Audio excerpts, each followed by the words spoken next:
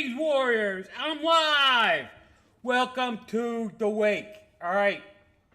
So last night we had, my goodness. Last night we had Caddy Hack. Now, it's been a passion project for me since 2023. Now, what happened was, Mike Paquin, Big Mike, he had seen me posting like all my old movie reviews and stuff, and how I was pushing to try to get a show for what my original concept was, Mad Darbarian, post-apocalyptic theater, right? And Mike had seen it and written me some things. No, I do not want to stop recording. He'd sent me a couple texts and messages and stuff. Hey, do you want to get together and do something? I'm like, well, I'm trying to get like the show running, right? And I had written, hello, microphone, right? And I had written Comcast in the area. I'm from the Philly area. Comcast is based out of Philly, right? So I had written them, right? And I'm thinking, right, I got a great idea. They're going to buy it. Nobody did. Until Johnny Rios did and hooked the doc and me up together, and ta-da, is what you got. But Mike and I had stayed in contact, right? And then he had told me about Caddy Hack. So this would have been in like 2022. But because of COVID, right, and it was taking forever to get the movie released, when it finally got released, right, that's when we got together and we did the interview, right? And I told him, I said, if I get this show that I want to do, right, I want to have it on there. And he was 1,000% in, okay? But I had to get a hold of the producer, Tony Goggles. That's the guy's name, honest to God. And I can't wait to meet him because he sounds like just texting back and forth with him, like a guy from the old neighborhood that I would get along with, like Mike, right? And Mike, why am I, holy cow, I'm like in the center of the screen, yet I'm over here, but over there. All right. Hollywood, right? Darbywood. So anyway, right? Mike, I wanted to interview him, right, to talk about the movie before we went and saw the movie. And I looking for a space to like do an interview, right? Now, down here in the lair is like a hoarder's haven. I got crap everywhere. So I didn't want to do it here. So I asked the guys at Delco Live, right, who I've been on their show quite a few times, right? I'm a big supporter of them. They're a great bunch of guys. The two main ones, right, are Chris Holbrook. He's the big, hairy, black hair guy, right? And then Al Zafari, right, who's the bald guy, right? And they've been friends for years, right? And they decided to do this podcast, right? Which this podcast, like, has a life of its own. I mean, when it came out during COVID, it took over. Now, it came out way before COVID, and how I found out about them, pardon me, was when my mom had her stroke, right? And I'm not going for the feelies here, right? My mom had her stroke. I was driving back and forth from Philly and Delaware County like every day, and I just happened to click on my my YouTube, and it said Delco Live now, like, you know, Delco Live is now live. I'm like, oh, what the hell is this? I listened to it, and I thought they were hysterical. So they used to be on every other Tuesday, right? Now they're on whenever they can get on, and you know, and they also, Al has like a whole sports podcast stuff going on that he does too, right? But anyway, right? So I would listen to them all the time. And one time I was driving home from my mom's, and it was a bad night. My mom was not doing good. And I had popped into, oh my God, was it Duke's? Duke's in Springfield, I think it was, before it became whatever it is now. And had a couple pops. I'm driving home, right, and I'm listening to these guys, and I just called in, right, and I just like had a blast, and they voted me like the most vocal Delco guy, and what was the other thing,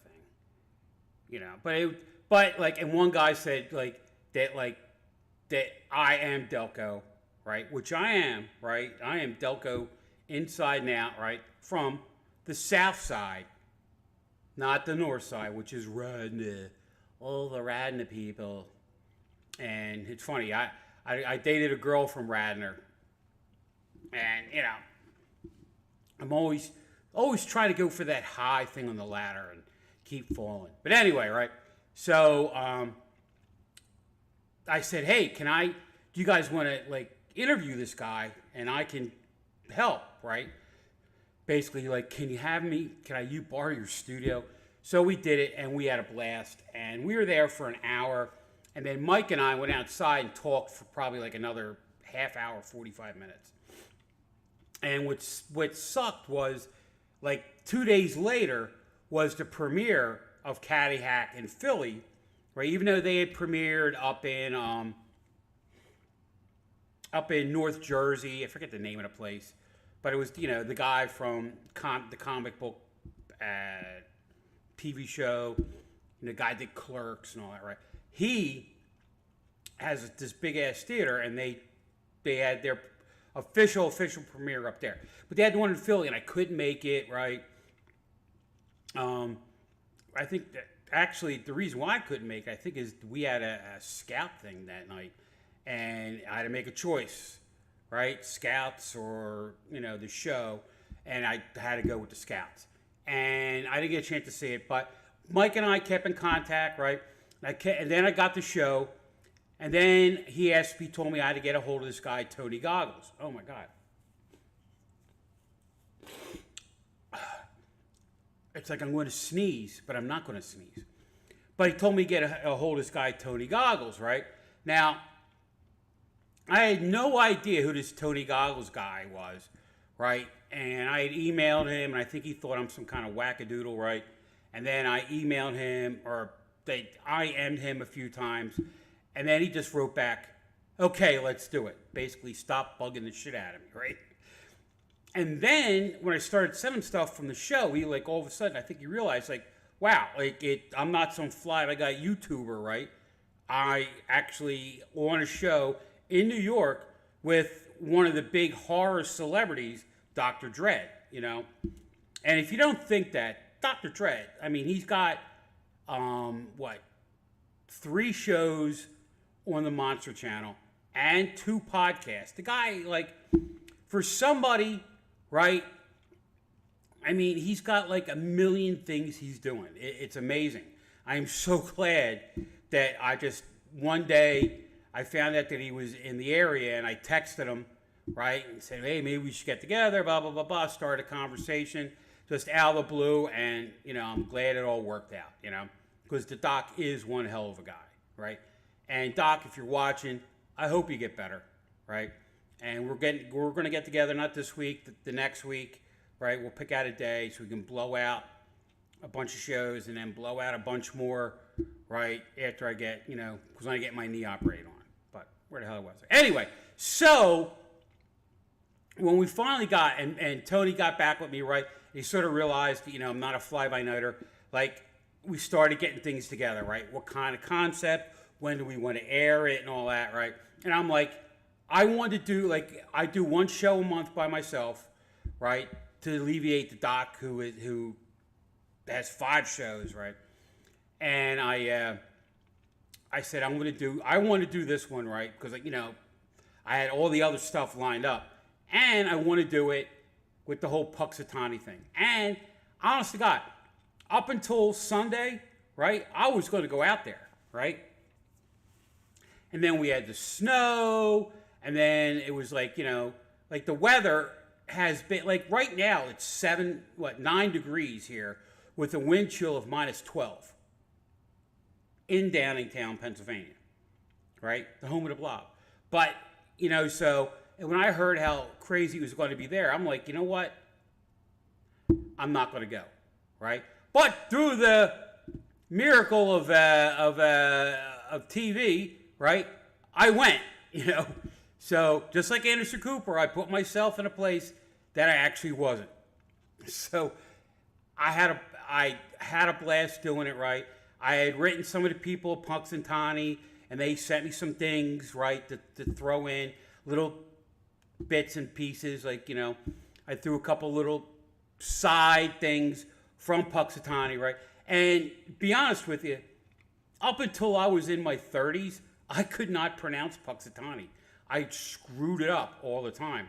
And I had a buddy of mine who went to a college out there. I can't think, Millersville?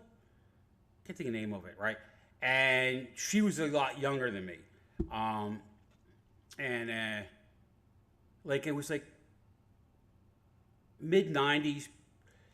It was like after the one girlfriend, before I met the wife, right? I had seen this girl, and she was a lot younger, and she went to a school by Puxatawny, and she kept, you'll love it, it's the best place in the world, you'll have a blast, right? And then, like, all of a sudden, in the early 2000s, and after Groundhog with Bill Murray came out, it became like a destination place where they just don't have like a couple thousand. They have that like tens of thousands of people show up. And if you saw the video behind me, that was actually this year's Puxatawny celebration. And it was funny because just watching the people with the smoke, you know, the cold smoke coming out of their mouth, right? And I tried and tried and tried to figure out how I could do that when I was standing there with the microphone, right? And every time I tried it wasn't, it's like cold smoke, cold vapor.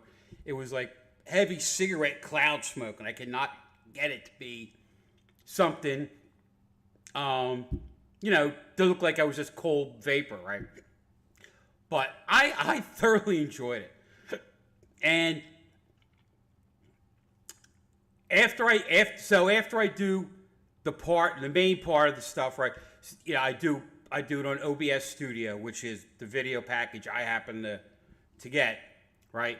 I take it from there, then I edit it in a clip whatever, right? It's a Microsoft one. And I'm doing it, and I'm like, I gotta throw some bits in about like the groundhog not coming out like all the time, right? It was funny. And right, so notice I'm wearing the black Cemetery Cinema Clapper shirt, and the other one I had the black Cemetery, or the red Cemetery Cinema round logo, right? I put that shirt on, right? So what you know, we had gotten them, right? And I put the shirt on, and I'm looking in the mirror, and I'm like, God, I look like Greg Luzinski back in the 70s. And the whole joke was, in the 70s, the Phillies, no, it was actually in 80, no, 79. Phillies decided to come out with a full maroon uniform. Not, you know, with the maroon shirt and the maroon pants, right? And they looked horrible. The maroon shirts and the white pants, they looked great. But Greg Luzinski was being interviewed, right? And he said, I hate this uniform. I look like a 300-pound tomato, right? And he did. It was just funny. They looked horrible. So the Phillies got rid of the full red uniform. They kept the red tops, right, for like their third jersey, right? And it just reminded me, when I put that on, I looked in the mirror, I'm like, oh my God. Now I know what Greg Luzinski felt like. And be honest with you, 90% of the things I wear, shirts are black, just because it goes back with all the rock concert t-shirts I used to get back in the day, you know? And black is slimming, right? But when you're wearing red is not slimming at all. So this 235-pound chubbo, right, looked like 290 with that red shirt. But if you want to get Cemetery Cinema gear, right, I'm telling you, the shop, the shirt, like, this is nice, thick material. It's not like a crappy t-shirt. It's actually like and I think it's 50-50 too. So it's 50 whatever and then 50 cotton, right?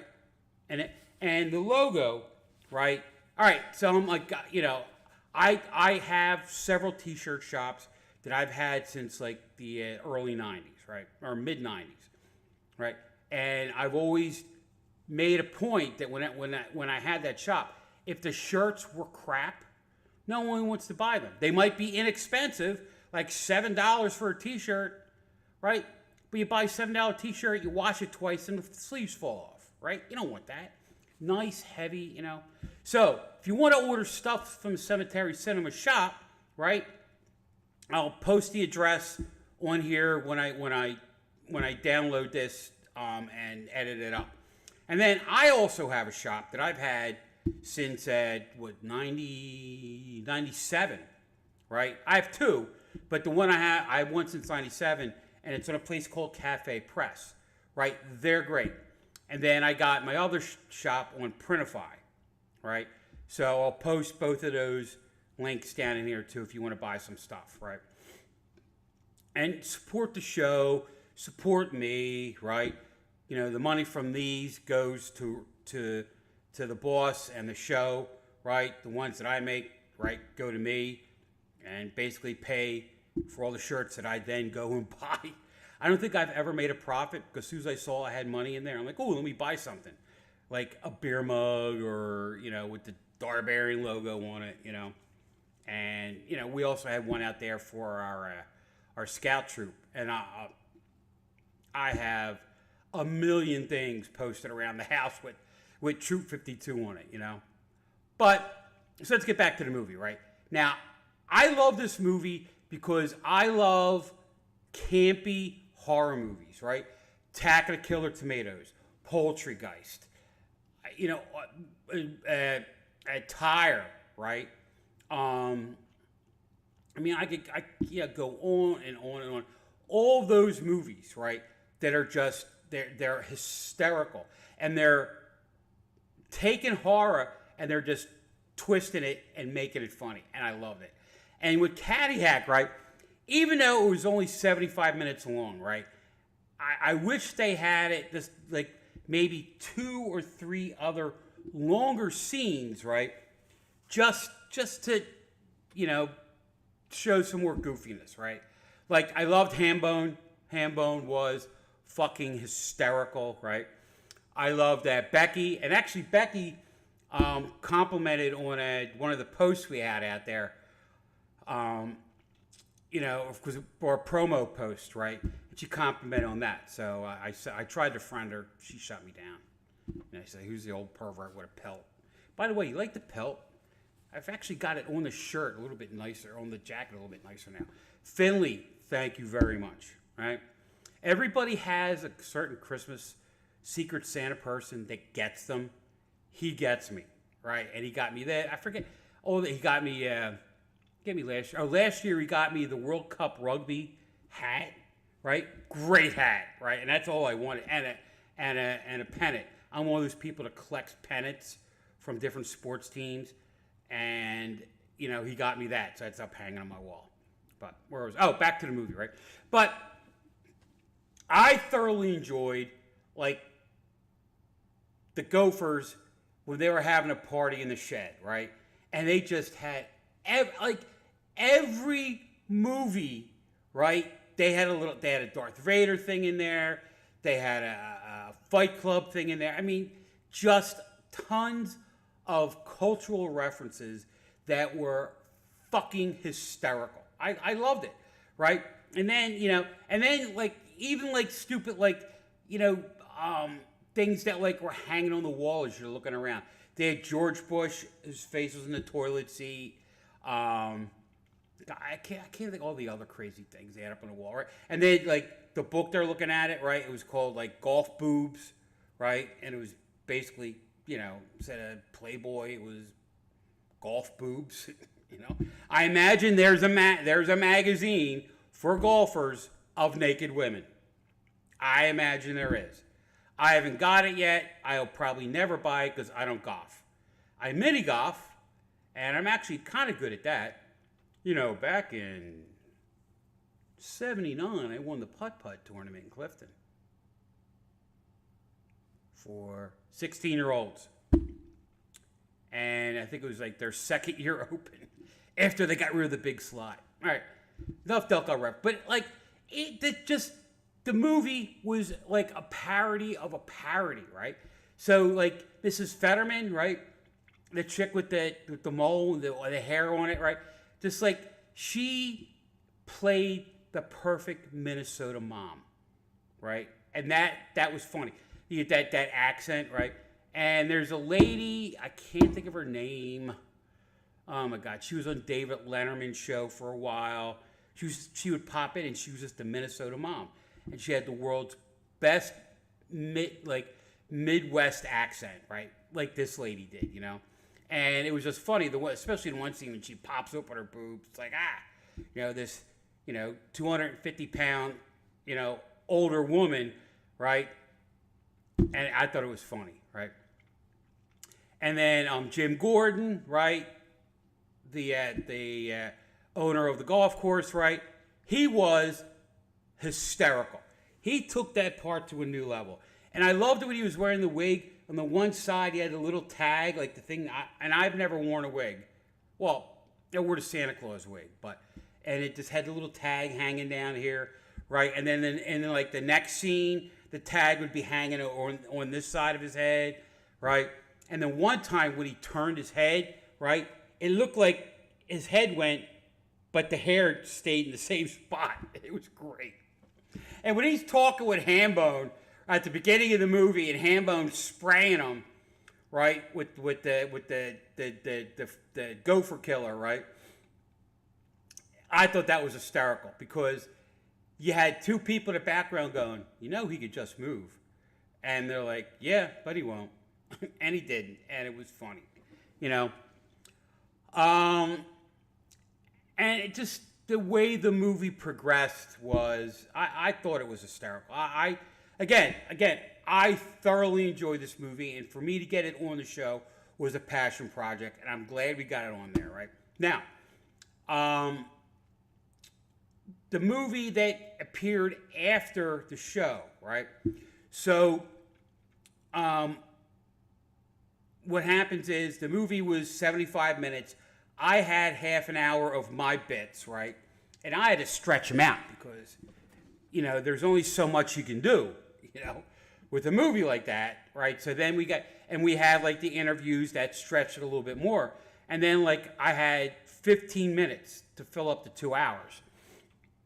So I wrote Mike. I'm like, hey, Mike, who can I talk to about getting that other movie that won all the awards? And that was Mike, if they make that into a full production movie and you get to play that part, I don't see an Oscar. I see a Rondo for you, right? I don't see an Oscar, but I could see an Oscar because you were fucking intense in there, right? Especially at the end. I'm not going to kill you. I'm going to bury you alive. Yeah! Right? Because he killed his daughter. Revenge, man. And as a dad, right?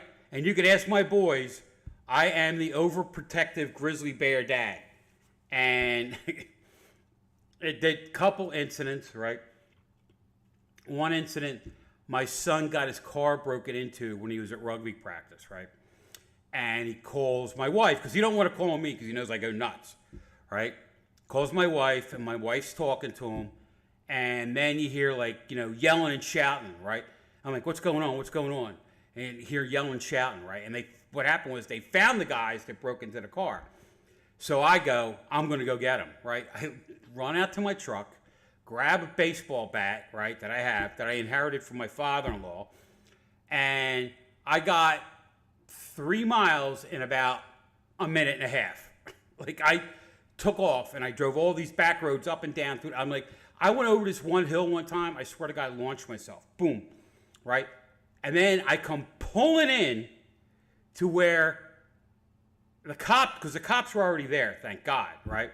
And they had these two fellas who broke into my son's car, right? And it turns out they broke into a bunch of other cars. Well, in my head, right, this guy hurt my kid, which he didn't, right?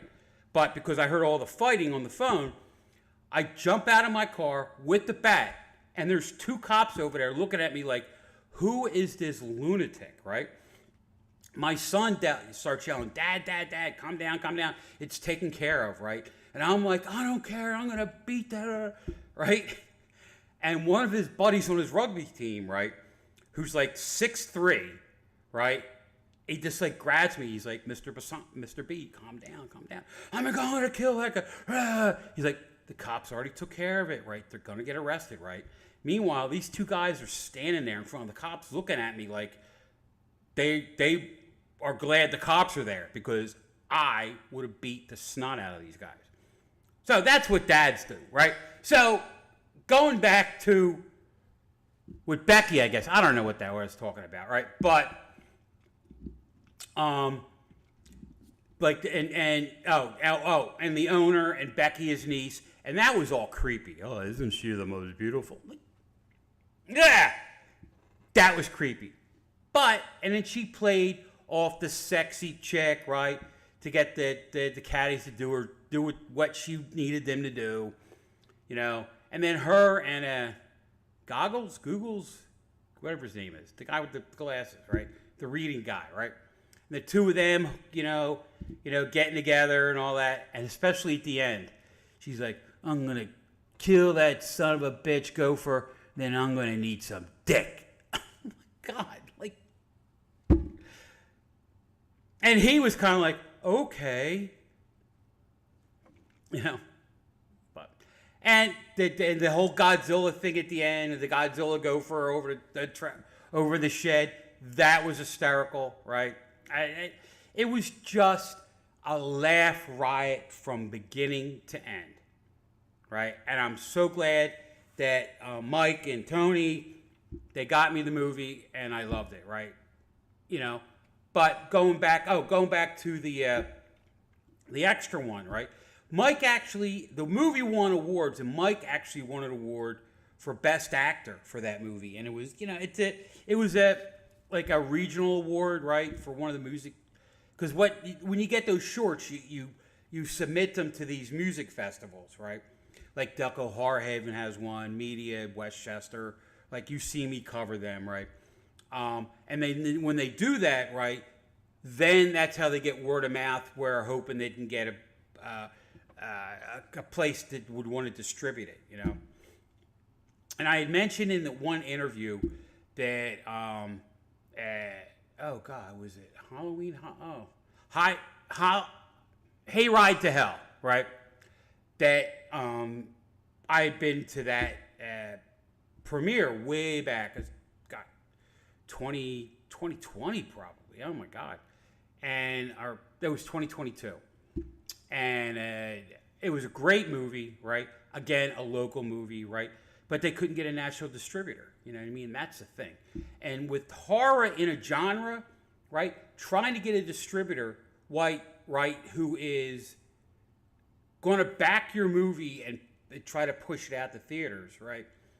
And isn't a place that's just going to steal your money or steal your movie, you know? So, Caddy Hack, I hope you guys, this hope having you guys on Friday, right? Some people saw it, right? I forget how many people, but it was one of our higher audiences, right? And just on the computer, right? We had like over 100 people watching it just on the link on the website, which is a lot, you know. But on the Roku app, which is where we get most of our views now, you know, since we have our own app, yeah, we've been high, like a lot. And I'm gonna get and I'll let you guys know. I keep bugging John for the numbers because to me, right, that's cool, you know. So. And that's cool because once we hit 100 episodes, right, we're going to get syndicated. And that's what John's going to do. Put out there to channels like the Vortex, the Monster Channel, B-Movie Channel, and there's tons of small channels. But also out there on public access, which we aren't on now, right? And then hopefully we'll grow from there. And my goal, right, I don't know if this is Johnny Rios' goal, but my goal is to have a show on Comet, right? You guys know Comet. It's the Sci-Fi Channel in the 80s, before the Sci-Fi Channel stopped having sci-fi all the time. You know, they used to have a lot of their own shows. They really don't anymore. You know, like The Expanse. If you guys ever watch The Expanse, great series. I only watched up to season 3 before. Now I'm rewatching it, and I'm at the end of season 3, so I'm going to be venturing into new territory. And it's great. It's political intrigue. But anyway, right? The thing is, once you get your own app, more people see it and they download it, and then they watch your own shows. You know. But so yeah. So what do we got coming up, right? So next week we have our Valentine's Day special, right?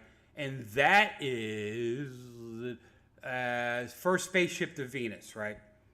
And that again, like I've talked about it for a bunch of these wakes and different shows.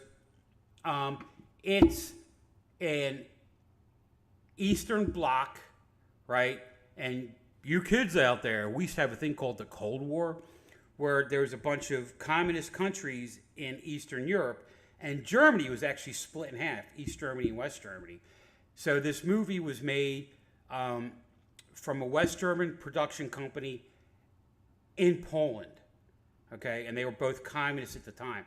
And for a movie made back then, you know what I mean? Like, wow.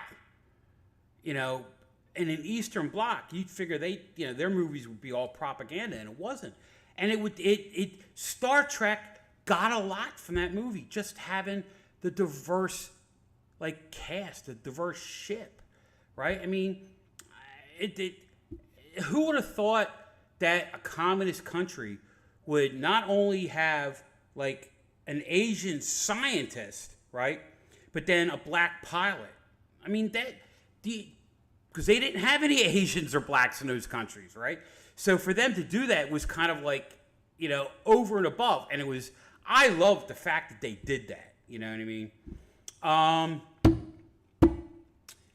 think what else they did for that movie. But, you know, and it's a good movie. It kind of drags a little bit, right? Because you're supposed to watch it with the 1960s wonderment of, like, wow, they're out in space and all that kind of stuff and all the things they're doing out there in space. But, you know, it's a good movie. And I picked it because I had Venus in the name, right? It was just me being goofy, right? But you'll see it. You guys will see it. You'll enjoy it, right? The intro before the logo is I have a song I did for Helga, and it's funny.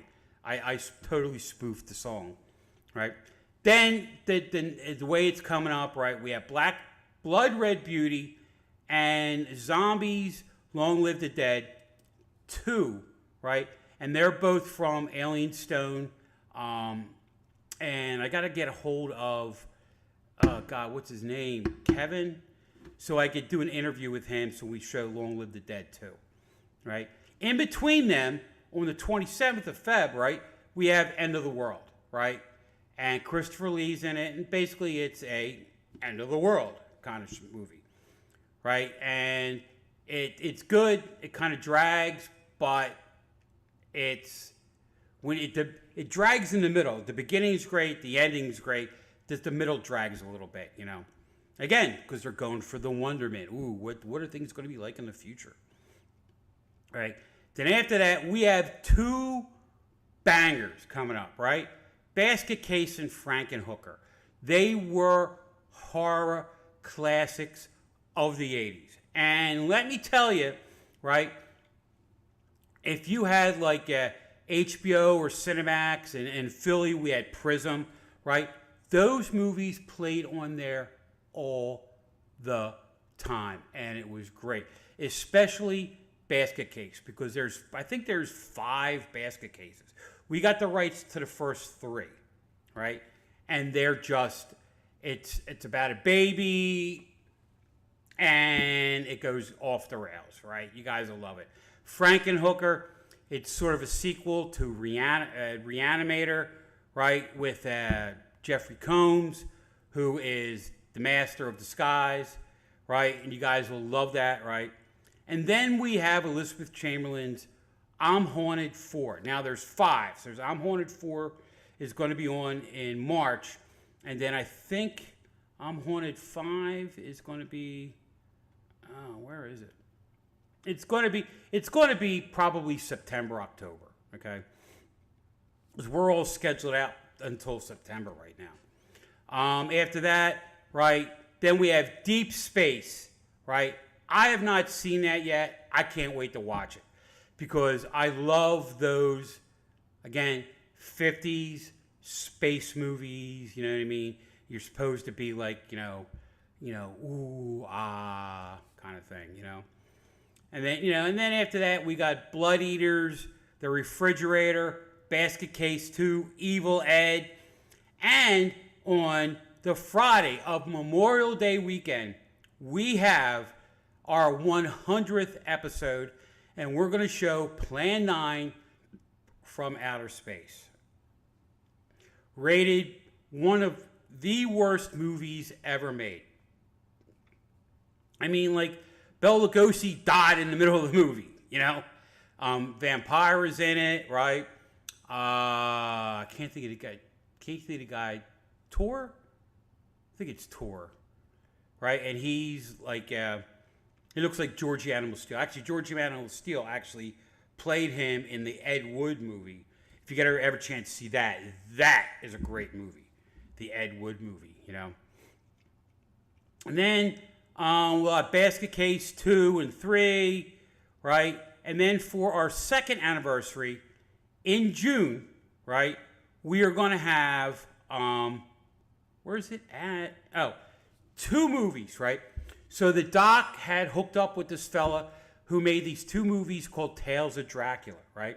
Now, Tales of Dracula 1 and 2, Tales of Dracula 1 is, it's a full movie. Tales of Dracula 2 is a half hour, right? So we're going to show both of them, right? And then we're going to and the doc and I were talking about what we want to show, right? So we're probably going to show like a best of stuff for anniversary. I don't really have any like a ton of interviews like we did last year at Bones Bazaar, And then, as we get through the rest of the summer, we have a bunch of different kind of fun movies, right? One that I want to do, right, for our summer movie it's Billy the Kid versus Dracula. Now, why do I want to do that? Okay, there's a place in Montana called Darby, Montana. Now, the Darby Firehouse and their firehouse have always kept constant contact, right? I believe they exchange shirts and stuff like that, right?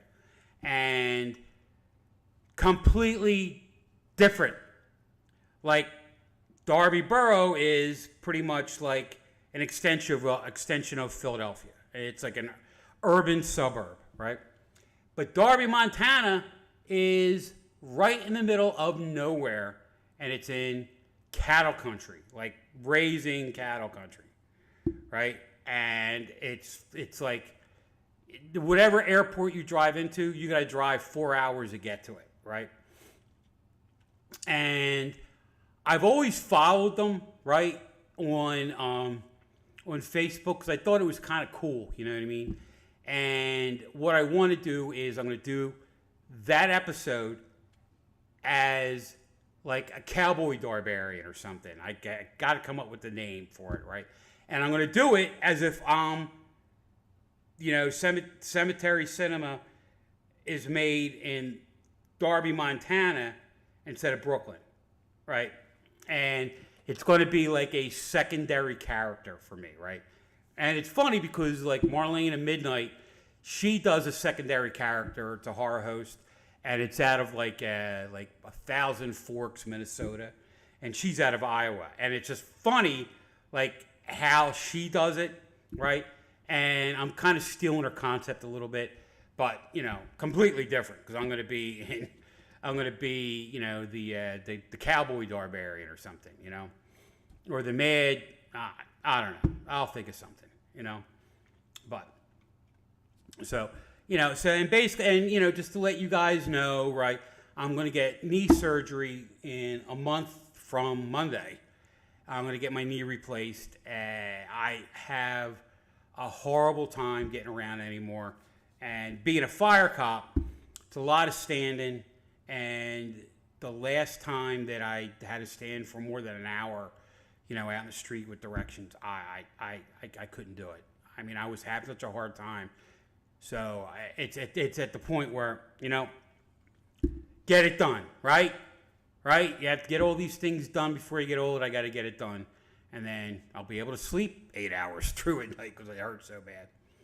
But, so like I said, the doc and I are going to film our episodes through June next week and then a couple weeks after that. So it'll be fun. I'm looking forward to it. The doc and his granddaughter have been sick pretty much for like the last month, and it kind of sucks. I feel bad for him, He's had to cancel a couple Murder Table Mondays, which sucks because Murder Table Monday, when he does that, it's so much fun because you get all these other people that he's friends with in the horror community, right? They all come in and they're all, typing and throwing remarks. Pardon me. Yeah, getting late. I was out shopping on getting stuff done all day. But and I enjoy it, right? And everybody, why he's doing like the show, it's a completely different show in with the comments. Everybody's going back and forth. Hey, how you been? Are you going to Monster Bash? What's going on? And it seemed like most of the people from Monster Bash were at the Akron, Ohio sci-fi convention. So it was just kind of cool. Doc was supposed to go with, he's been sick, so he can get a chance to go. But it seems Chris from the Haunted Microwave was there. The guy with the puppets was there. Drac was there. I imagine Mummy and a Monkey were probably there. Oh, and they just filmed an episode with the guys from Creature Features, which is cool. I love that. It's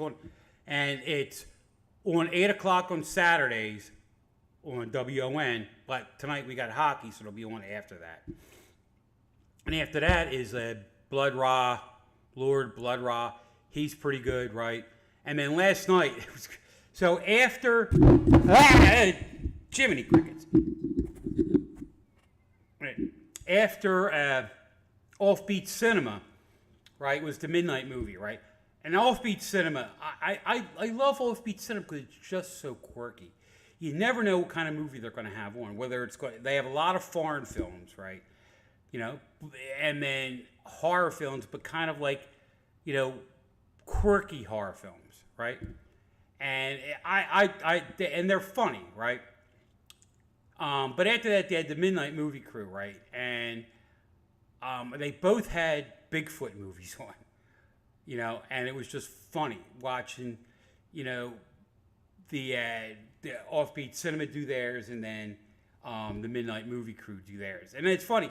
I've watched the Midnight Movie Crew a couple times, but last night I loved it, and it was just funny because you get more of their personalities were coming out when they were sitting talking. And one guy was the director of the Bigfoot movie, and he apparently is part of their crew, one of their friend group, and they were hysterical just talking about the movie and how some of the crazy things that happen when they're making the movie, But, all right, well, guys, it's 7:30 almost.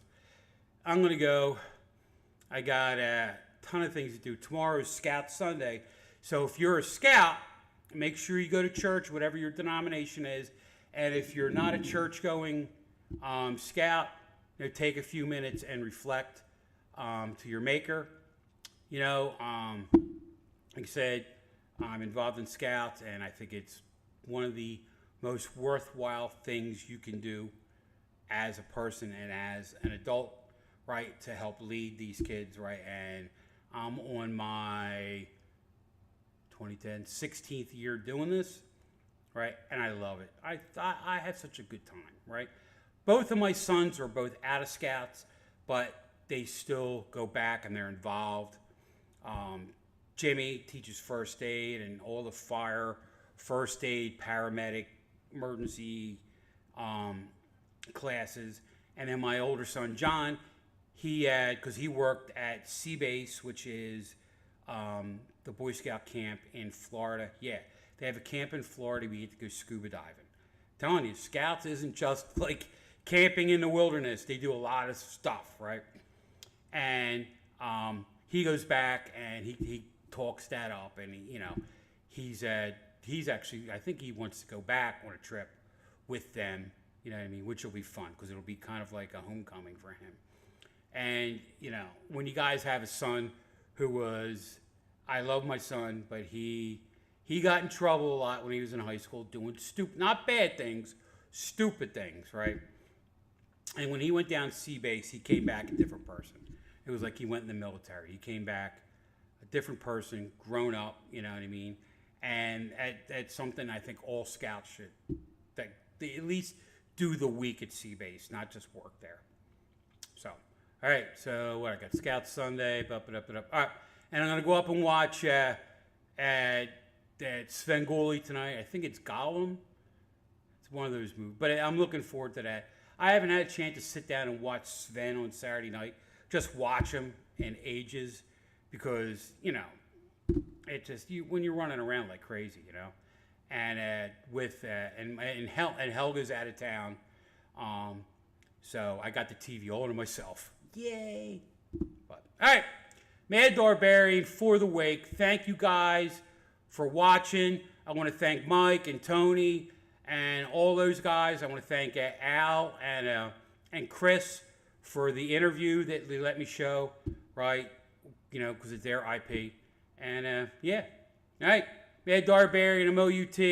I will talk to you on Monday with the previews for Last Spaceship to Venus.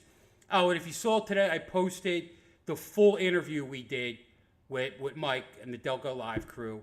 And then once I get the movie rendered, the full movie with all the edits back from the boss, I will post that on YouTube, and you guys can watch it. All right? Mad Darbarian out. Thank you very much, and I will see you later. See ya! Stop streaming.